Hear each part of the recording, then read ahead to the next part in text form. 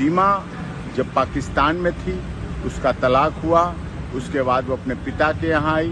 पिता की मौत के बाद सचिन से दोस्ती हुई। सचिन से दोस्ती के बाद उसने इस पाकिस्तान में रहते हुए सनातन धर्म ग्रहण किया। फिर नेपाल आई, नेपाल में सनातन धर्म के अनुसार विवाह किया।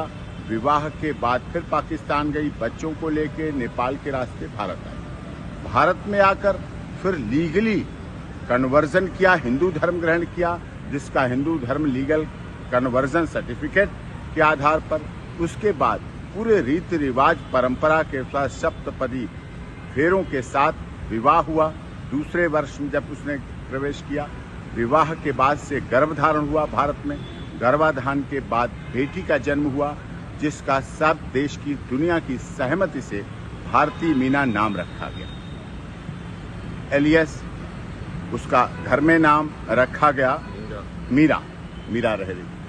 अब इसके बाद सारी प्रक्रिया एटीएस लगातार पहले से अब में और कर रही। एटीएस जांच एजेंसी सारी कर रही है।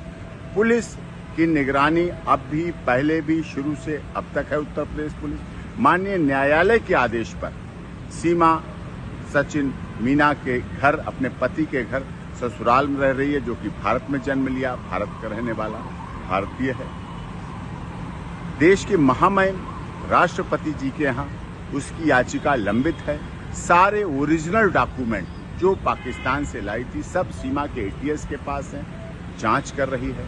सीमा अपने ससुराल और अस्पताल के अलावा आज तक कहीं नहीं गई।